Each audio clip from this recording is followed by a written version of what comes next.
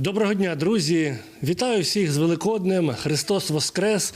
Greetings. Christ is risen. However, this does not prevent us from talking about fakes from the aggressor state, which has been conducting an aggressive war against Ukraine for 2 months. And today we will talk about a typical Russian technology, which is called the false flag operation. That is, when the aggressor state performs its actions and blames others for it, or vice versa, makes statements in order to accuse others in advance of the actions that they plan, or simply sow despondency and panic among the peaceful Ukrainian population. Інших в тих діях, які самі планують, або просто посіяти зневіру та паніку серед So almost the whole weekend Russia filled the information space with fakes about the alleged intention of Ukraine or the Ukrainian authorities or Orthodox believers to commit aggression against representatives of the Moscow Patriarchate on the territory of Ukraine. The Russian Orthodox Church continues to receive information that provocations are being prepared in Ukraine on Easter night.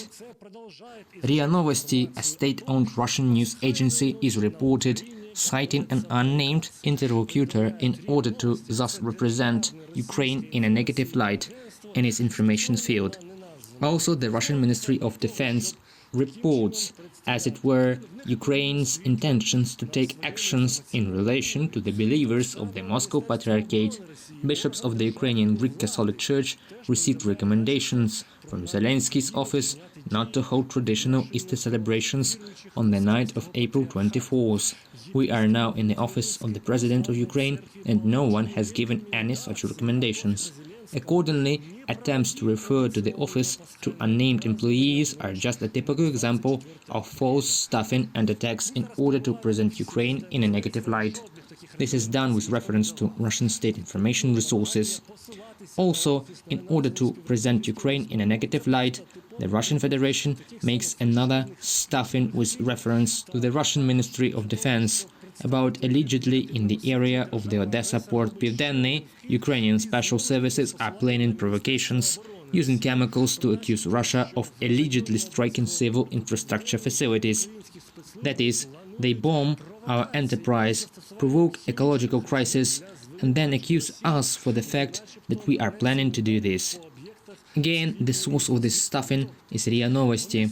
Kyiv can simulate a missile attack of the armed forces on the base of the Ukrainian Navy, as a result of which a cold storage facility in the port in Odessa will be blown up.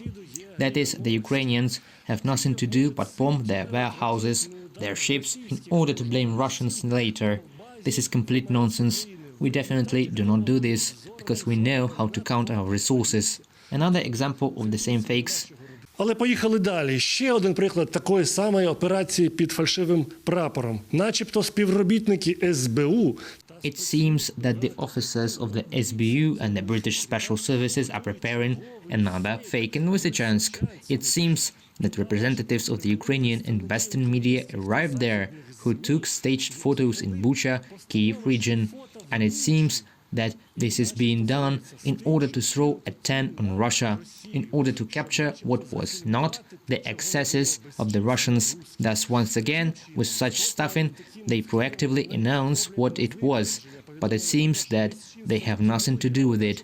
It is the Ukrainians themselves who kill their own citizens, call on the American or British intelligence officers and foreign journalists, and all this is broadcasted to the whole world. This is another example of lies and fakes from the aggressor state. Декілька прикладів. Перший.